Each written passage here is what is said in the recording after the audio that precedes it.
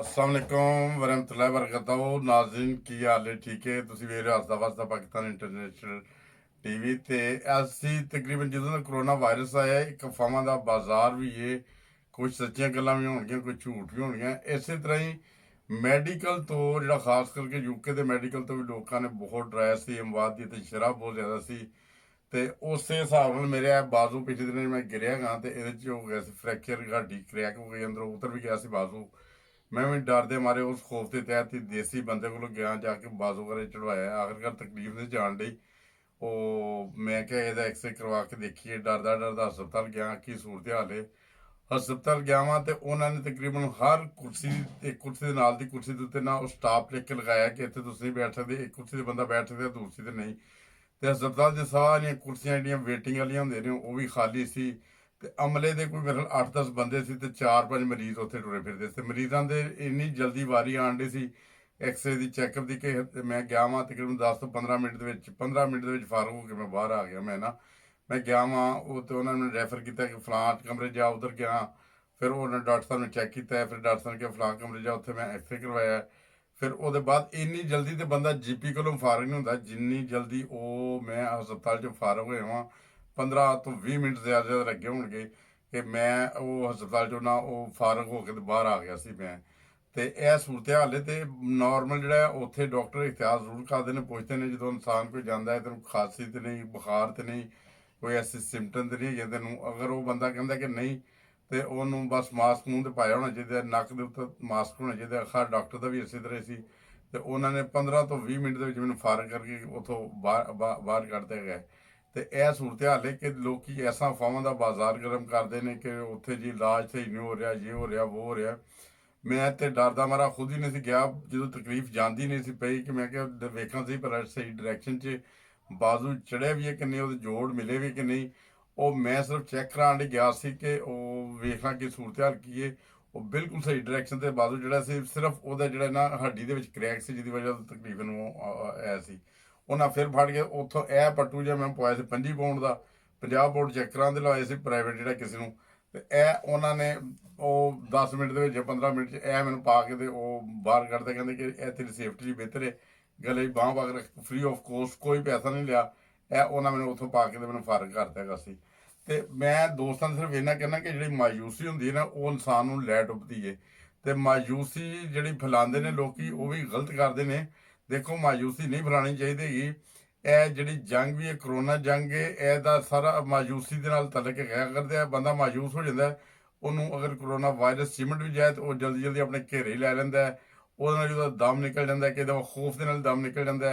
ਇਹ ਪਿਛਲੇ ਦਿਨਾਂ 'ਚ ਇੱਕ ਮਰੀਜ਼ ਦਾ ਮੈਨੂੰ ਪਤਾ ਚੱਲਿਆ ਸੀ ਕਿ ਉਹਦੇ ਕਰੋਨਾ ਟੈਸਟ ਹੀ ਉਹਨੂੰ ਬੁਲਾ ਕੇ ਲੈ ਕੇ ਜਾਣਾ ਸੀ ਜਾਂ ਉਹਨੇ ਜਾਣਾ ਸੀ ਤੇ ਉਹਦਾ ਕਰੋਨਾ ਟੈਸਟ ਹੋਣਾ ਸੀ ਮਗਰ ਉਹ ਕਰੋਨਾ ਟੈਸਟ ਦੇਣ ਤੋਂ ਪਹਿਲੇ ਹਸਪਤਾਲ ਜਾਣ ਤੋਂ ਪਹਿਲੇ ਖੌਫ ਦੇ ਨਾਲ ਉਹਦੀ ਡੈਥ ਹੋ ਗਈ ਹੈ ਐਸਾਂ ਦੀ ਸੂਰਤ ਹਾਲ ਹੁੰਦੀ ਹੈ ਤੇ ਦੇਖੋ ਖੌਫ ਔਰ ਆਸਮਾਨ 'ਚ ਨਹੀਂ ਫੈਲਾਉਣਾ ਚਾਹੀਦਾ ਗਲਤ ਖਬਰਾਂ ਵੀ ਨਹੀਂ ਫੈਲਾਉਣੀਆਂ ਚਾਹੀਦੀਆਂ ਹੈਗੀਆਂ ਮੈਂ ਤੇ ਗਿਆ ਇਹਦੇ ਦੌਰਾਨ ਇੱਕ ਹੋਰ ਤੁਹਾਨੂੰ ਮੈਂ ਕਰੋਨਾ ਵਾਇਰਸ ਦਾ ਇੱਕ ਫੈਮਿਲੀ ਦੇ ਇੱਕ ਤੁਹਾਨੂੰ ਵਾਕਿਆ ਦੱਸਦਾ ਹੈਗਾ ਮੇਰੇ ਛੋਟਾ ਭਾਈ ਉਹਦੀ ਸੱਸ ਹੈ ਜਿਹੜੇ ਪਾਕਿਸਤਾਨ ਤੋਂ ਆਏ ਨੇ ਤਕਰੀਬਨ ਕੋਈ 6-8 ਮਹੀਨੇ ਹੋਏ ਉਹਨਾਂ ਨੂੰ ਆਇਆ ਨੂੰ ਇੱਥੇ ਉਹ ਹਾਲਾਂਕਿ ਇਹਨਾਂ ਤੇ ਬੈਨੀਫਿਟ ਦਾ ਬੋਝ ਵੀ ਸੀ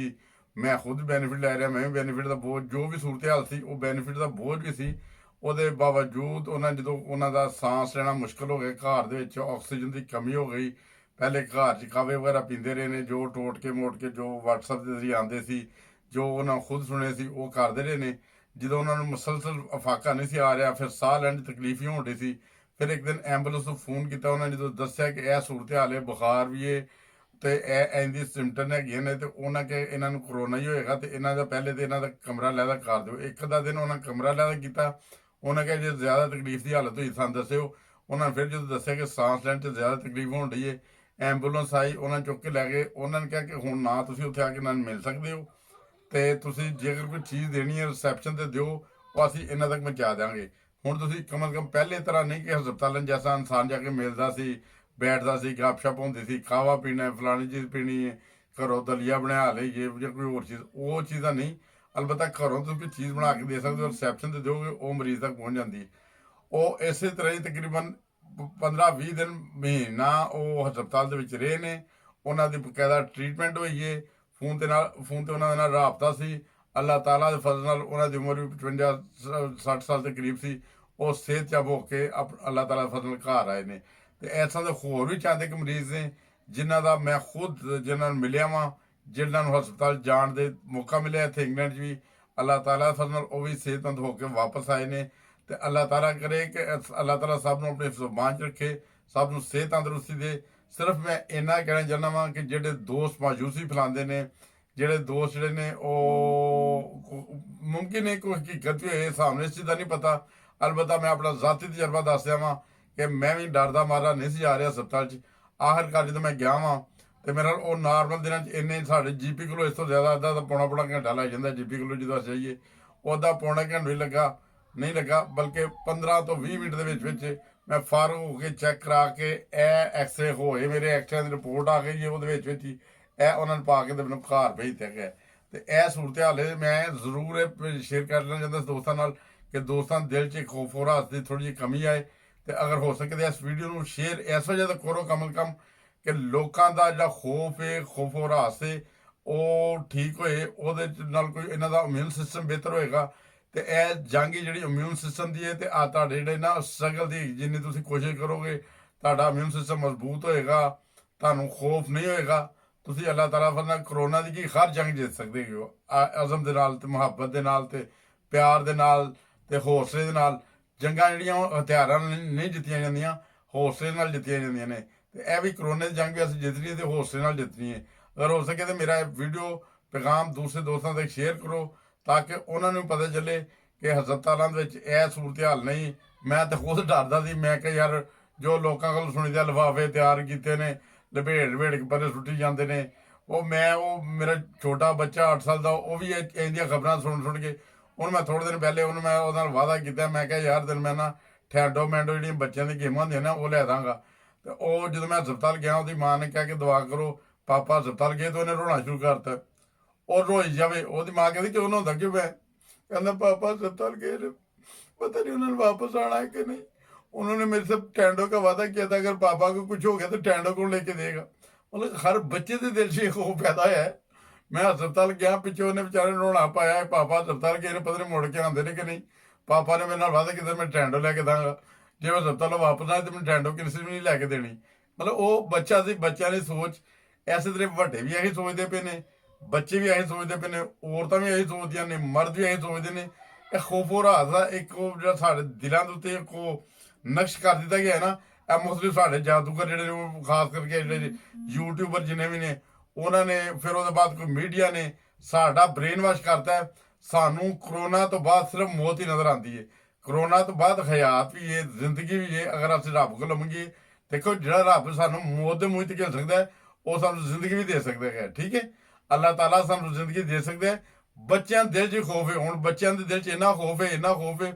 ਇਹ ਪਿਛਲੇ 2-2.5 ਮਹੀਨੇ ਤੋਂ ਸਕੂਲ ਨਹੀਂ ਜਾਣ ਡੇ। ਹੁਣ ਤੇ ਬੱਚੇ ਕਹਿੰਦੇ ਸਕੂਲ ਲੱਗ ਵੀ ਗਿਆ ਤੇ ਅਸੀਂ ਨਹੀਂ ਜਾਣਾ। ਇਹ ਸੂਰਤ ਹਾਲ ਹੈ ਬੱਚਿਆਂ ਦੇ ਦਿਲਾਂ ਦੇ ਇੰਨਾ ਖੌਫ ਪੈਦਾ ਹੋ ਗਿਆ।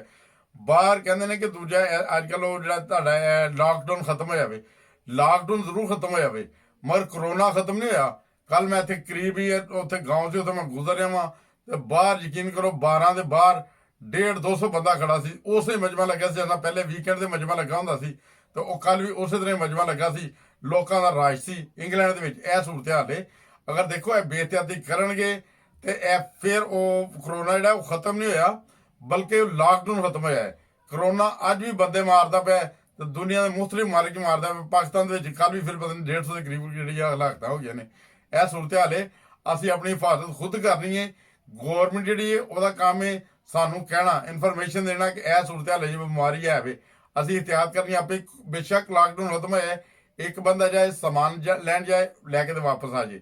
ਐਸਾ ਨਾ ਕਰੋ ਕਿ ਫੈਮਲੀਆਂ ਬਾਹਰ ਮਾਰਕੀਟਾਂ ਭਰੀਆਂ ਨੇ, ਰਸ਼ ਲੱਗੇ ਨੇ। ਇਹ ਸੂਰਤ ਹਾਲ ਹੈ। ਤੇ ਮੈਂ ਕਿਉਂਕਿ ਡਾਕਟਰਾਂ ਦੀ ਜਿਹੜੀ ਸੂਰਤ ਹਾਲ ਦੱਸਦੀ ਹੈ ਜਿਹੜੇ ਮੈਡੀਕਲ ਦੀ ਇੱਥੇ ਦੀ ਤੇ ਨਾਲ ਇਸੇ ਤਰ੍ਹਾਂ ਥੋੜੀ ਹੋਰ ਵੀ ਗੱਲਬਾਤ ਕਰ ਲਈਏ। ਤੇ ਇਸੇ ਤਰ੍ਹਾਂ ਇਜਾਜ਼ਤ ਜਾਂਦਾ ਤੁਹਾਡਾ ਭਾਈ, ਤੁਹਾਡਾ ਦੋਸਤ, ਤੁਹਾਡਾ ਹੋਸਟ ਮਿਰਜ਼ਾ ਨਈਮ। ਤੇ ਅਗਰ ਹੋ ਸਕੇ ਮੇਰੇ ਚੈਨਲ ਨੂੰ ਸਬਸਕ੍ਰਾਈਬ ਵੀ ਕਰਨਾ ਤੇ ਇਸ ਵੀਡੀਓ ਨੂੰ ਜ਼ਰੂਰ ਸ਼ੇਅਰ ਕਰਨਾ, ਇਸ ਲਈ ਕਿ ਲੋਕਾਂ 'ਚੋਂ ਖੌਫੋ ਹਰਾਸ ਦੀ ਜਿਹੜੀ ਉਹ ਵਬਾ ਹੈ ਨਾ ਉਹ ਖਤਮ ਹੋਏ। ਉਹ ਕਰੋਨਾ ਤੋਂ ਭੈੜੀ ਵਬਾ ਹੈ। ਅਸਲਾਮ ਅਲੈਕੁਮ ਵਰਹਿਮਤੁਲਾਹਿ ਵਬਰਕਾਤੁਹੂ।